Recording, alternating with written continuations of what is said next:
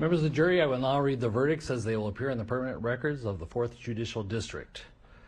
State of Minnesota, County of Hennepin, District Court, 4th Judicial District. State of Minnesota Plaintiff versus Derek Michael Chauvin, Defendant.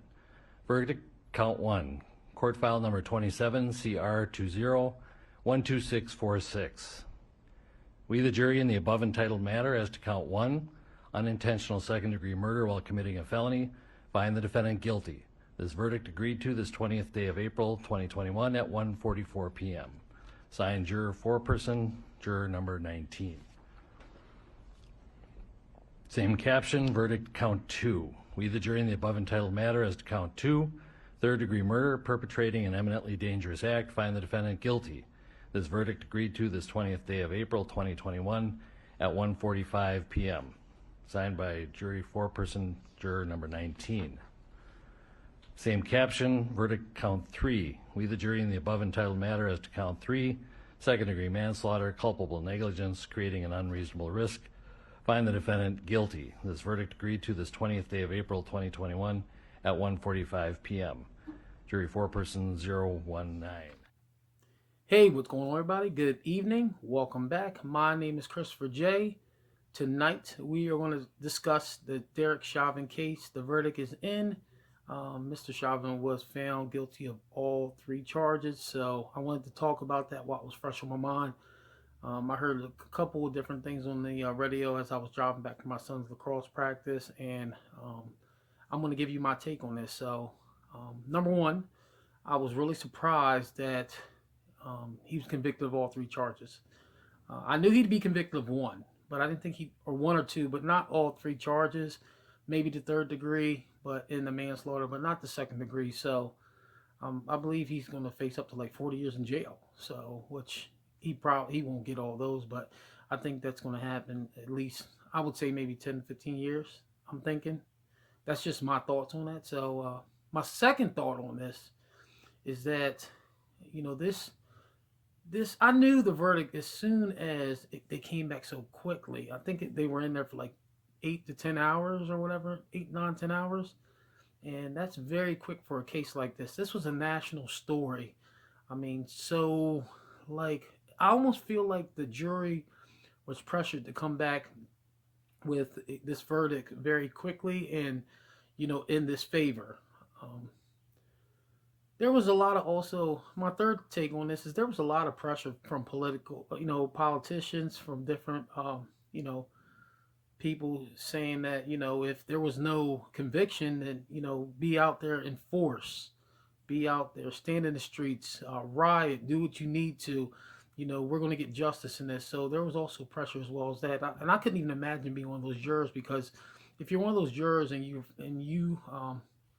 go against the convictions and, you know, and it ends up being a hung jury or whatever, people are going to know who you are. They're going to know who you are. And, you know, not only are you going to be in some kind of threat, but your family will be in some kind of threat. So, but that's my initial thoughts on this. But I think, and like I said, this is all fresh off my mind. There's no like research or anything like that. But I think this verdict will make police officers in America a little bit more conscious of their job. It will also make some people not want to be in law enforcement, because I did it for 20 years. And I know personally myself, I've actually like put my knee on people's backs, not necessarily their neck, but I've had my knee on people's backs.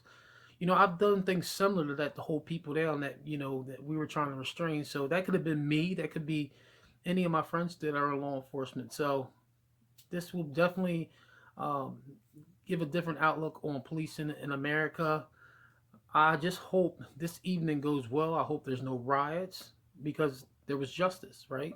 So there shouldn't be any riots this evening. There should be calm, peace, celebration throughout these communities down there. There shouldn't be any of that. So I'm hoping that doesn't happen. But I just feel like he was already convicted before he even walked into the courtroom. And I've said that before. I said that before this case even started. So I mean, I see many people on Twitter, many people on Facebook posting pictures of Derek Chauvin in handcuffs. You know, nobody wins in this. There's no winners in this. You know, Derek Chauvin is going to be, you know, he's going to get his sentence. I would say in like a month or so or whatever. People are gonna forget about Derek Chauvin. He's gonna go to jail. They're gonna forget about him. Maybe a year or two down the road, they're gonna be like, "Hey, remember the George Floyd case?" There's gonna be another case that's gonna take over that case. So I just hope, that I don't even know what to say right now because I'm really surprised that the verdict came back so fast. I'm just really shocked. I just think that Derek Chauvin was just like sacrificed pretty much. And I don't think it's fair that people like Maxine Waters is out there, pushing violence if there was no conviction. So the prosecution has a means to where they can actually probably go ahead and appeal this case. And I've been reading a little bit on that. And I may come back after this later on when I've read on a couple of things and figured some stuff out and see, how that plays into everything. But the judge did talk about that too as well. So, but what are your thoughts on this?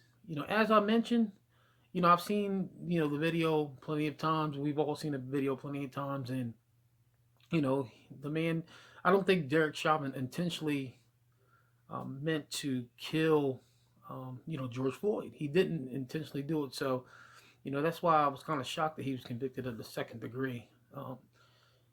But I mean, in those charges, you hear, they aren't not. Well, I guess you can really say that. So, in the charges, they're non-intentional crimes. So maybe those, maybe that's why those are going to stick. But we will see. We will see very soon here. But I just think that the prosecution has grounds now to go, appeal this.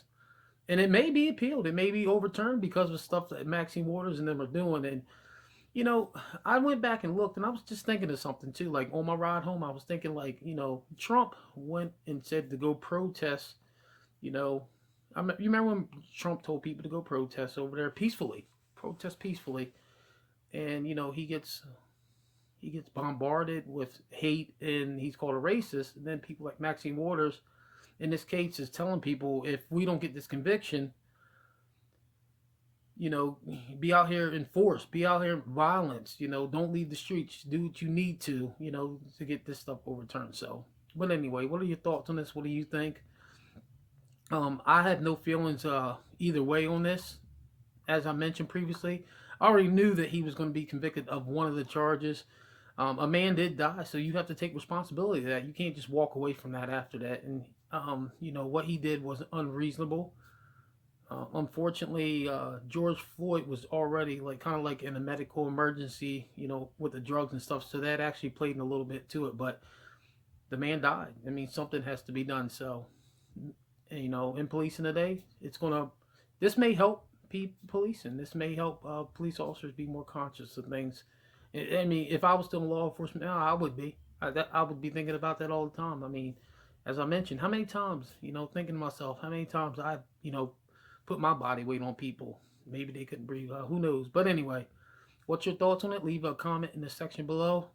This is off the top of my head, so it's not going to be perfect. But I just wanted to get these out of here before I go to bed and see what you guys think. But anyway, have a good evening. Peace.